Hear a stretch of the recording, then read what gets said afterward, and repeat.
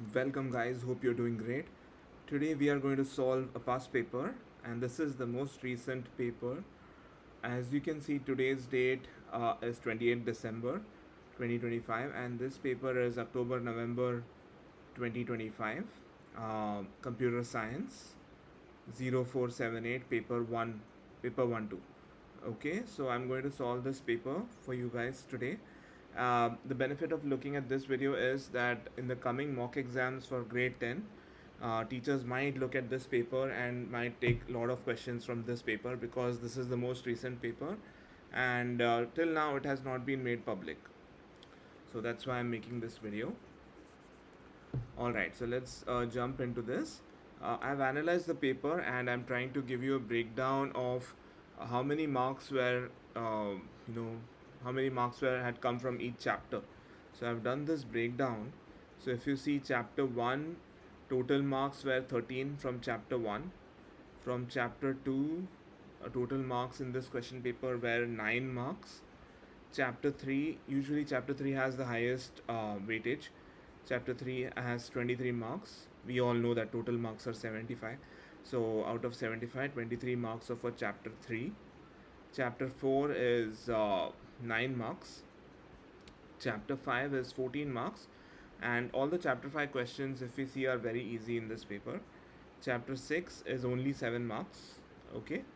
Usually chapter 1 is little higher on weightage in other papers, but here it is 13 marks. It is 13, 15, 16 marks something for chapter 1. Chapter 2 is okay, 9 marks. Because chapter 1 questions are very easy. Chapter 5 questions are very easy. Some of the other chapter questions are not that easy. So let's jump into the paper. Okay.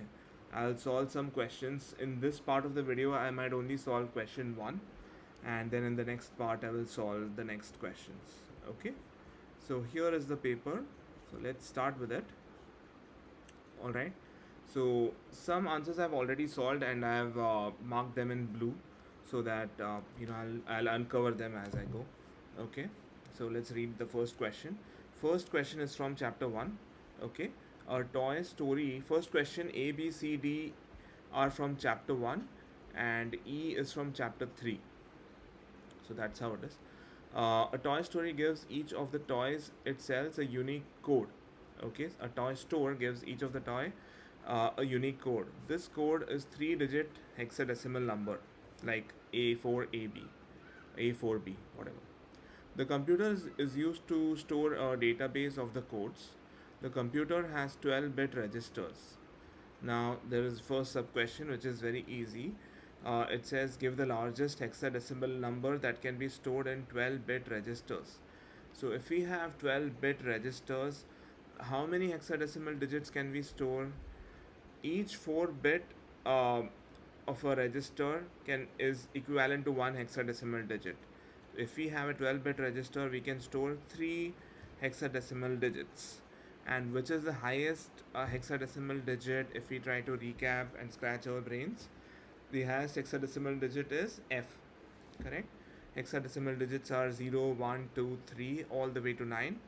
Then instead of 10 we write A, B, C, D, E, F. Okay, so F is the highest hexadecimal digit. There are 3 hexadecimal digits that can constitute to make a 12-bit register. Okay, so therefore the highest hexadecimal digit is FFF. Okay, so this is the answer. Give the largest denary number that can be stored in a 12-bit register. So if you have 12 bits and all the 12 bits are 1, right? What is the answer? That's what they are asking you. So very quick, we have all 12 bits and all of them are 1. We are just going to add all the powers of 2 from 2 raised to 0 till 2 raised to 11. So we'll do 1 plus 2 plus 4 plus 8 plus 16 plus 32 plus 64 plus 128 plus 256. So better that you remember all the powers of 2 till 2 raised to 10. That's all what I always tell all my students. So all these questions become very easy to solve. You don't waste time in this. These questions can be solved in a matter of seconds if you remember powers of 2, if you remember the basic table of converting binary to hexadecimal. So anyways, 1024. This 1024 is 2 raised to 10 and 2 raised to 11 is 2048. So the sum of this is the answer, which is 4095. So we can put all of this in the working over here, and we can just write the final answer over here. For now, I've written the working and the answer over here, but like I said, you guys can write the working down below and the final answer over here. Okay, very easy questions. You cannot go wrong in these questions, okay, unless you make silly mistakes. Now question 1 part C. Two toys have the hexadecimal codes. They have given the codes. One is 429 and another is 1A3. Convert these two hexadecimal codes to 12-bit binary numbers. Okay, so we have to convert 429 into its 12-bit binary. Okay, so it's very easy how to convert 429 into 12-bit binary. 9. Okay, so each hexadecimal digit is represented in 4 bits. So 4 will be 0100, 2 is 0010, and 9 is 1001. Okay, so this is your answer for 429. Okay, this is the answer. Now for 1A3, what is the answer? 1 is 0001. Okay, so I'll do the working here.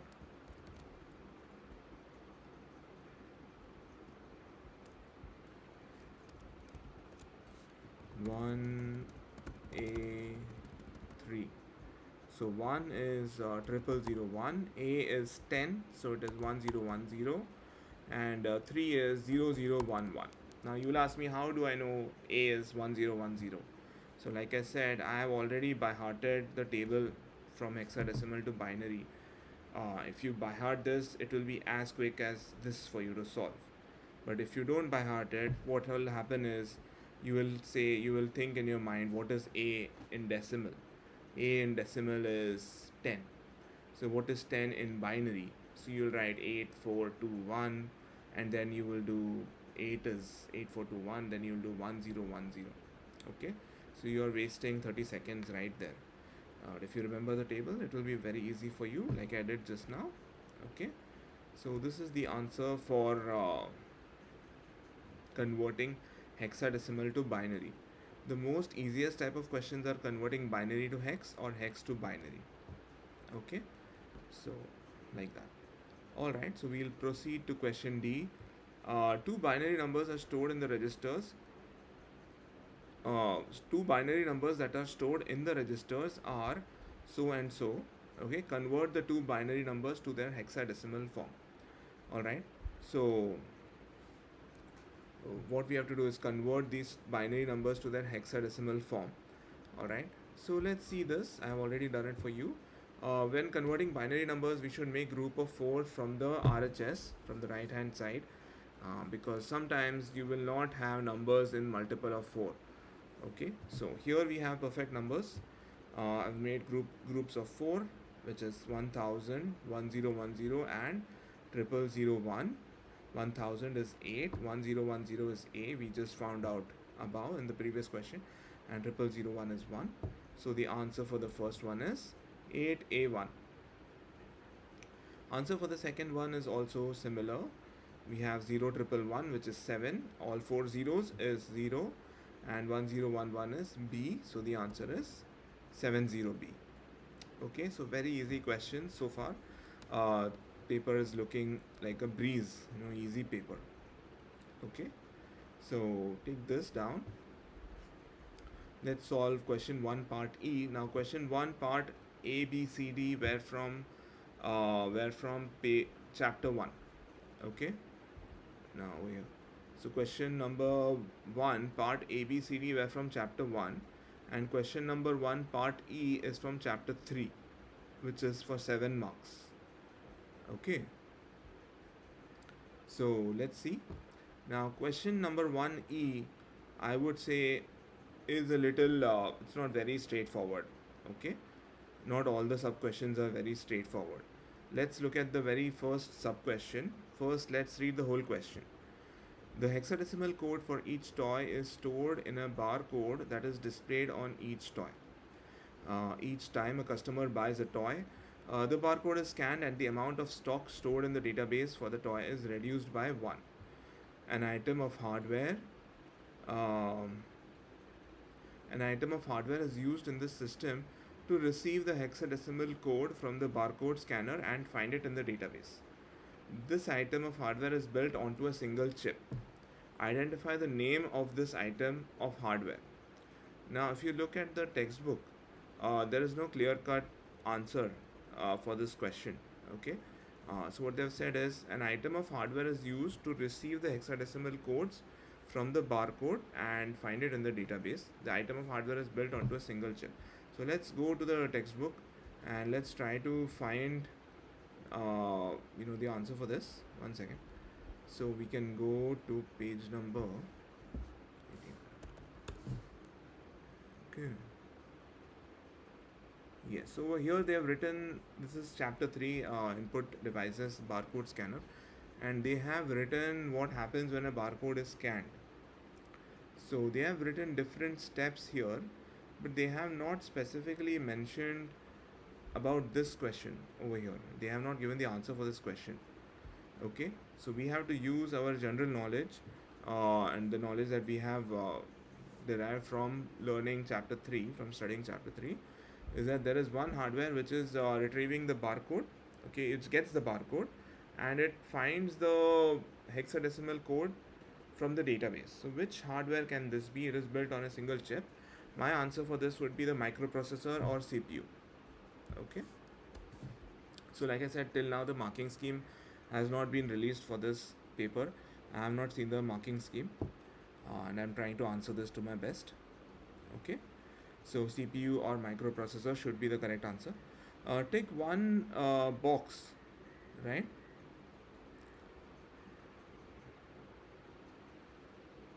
Because they have said hardware in this system and not the barcode scanner. So this system is your computer.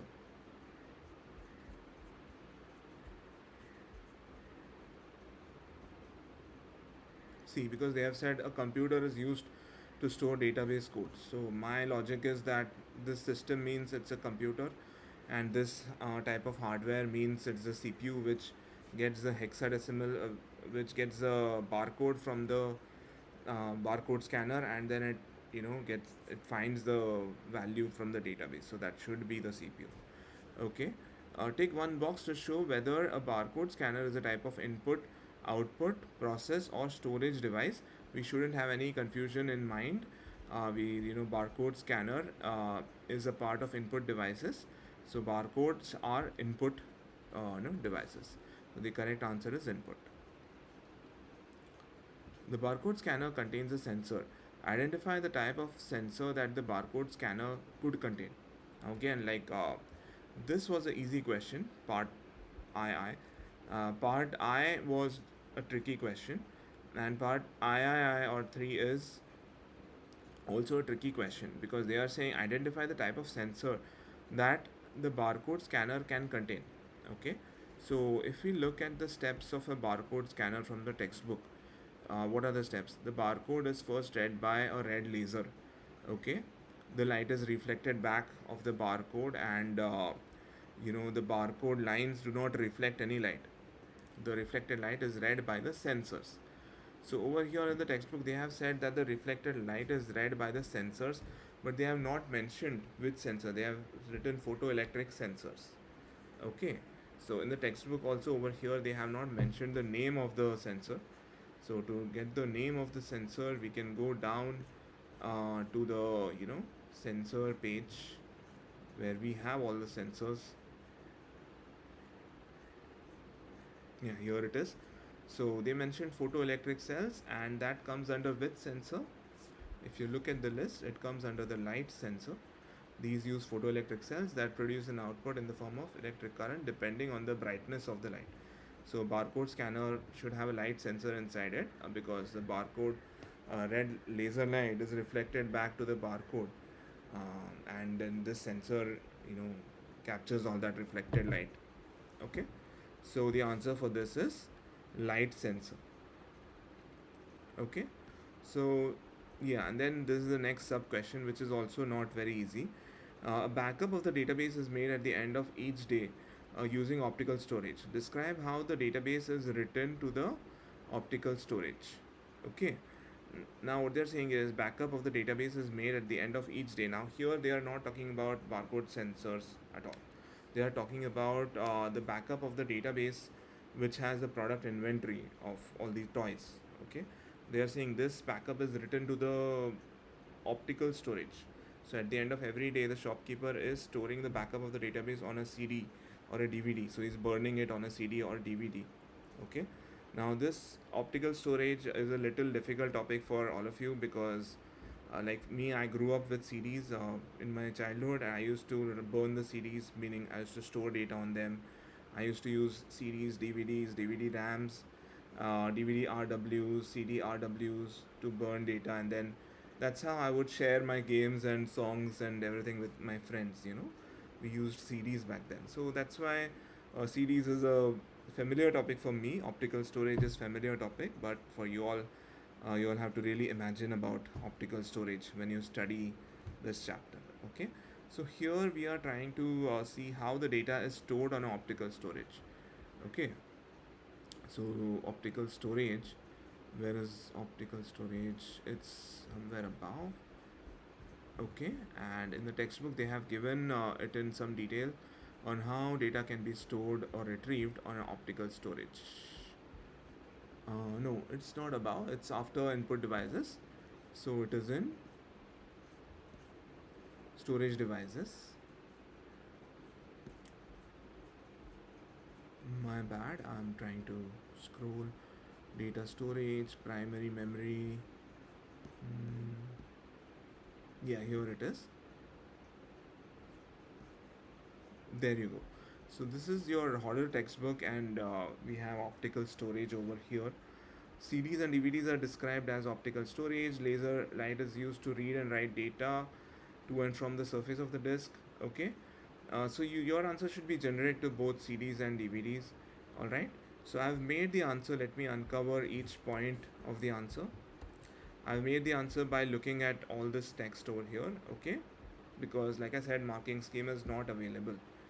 Okay, data is written to optical storage using a laser that follows a single spiral track on the disk from the center to the edge. Okay, so data is written to the optical storage using a laser that follows a single spiral track from the center to the edge. That can be the first point, and this is the second point. The laser writes data by creating pits and lands on a light sensitive layer or metal alloy. Okay, so you can say metal alloy or light sensitive layer, doesn't matter. So how is the data created? The laser writes the data by using pits and lands, by creating pits and lands on this special material, which is a metal alloy or light sensitive layer. Okay, the next point is these pits and lands represent digital data, okay, like ones and zeros. Okay, and then one last point, since it's a 4 marker, I try to make 4 points. This disk spins while the optical head moves along the spiral track, allowing data to be written in sectors for direct access.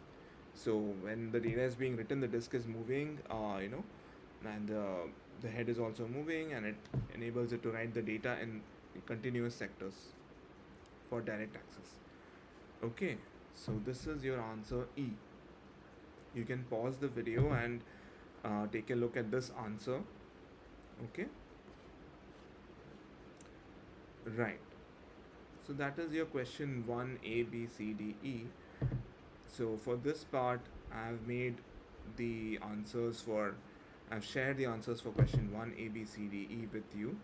If you have any questions, you can just comment there on the video, or you can WhatsApp me if you have my number. Okay, so take care, good luck. In the next part, I'll solve the next question for this paper. Okay, all right, see you, bye bye.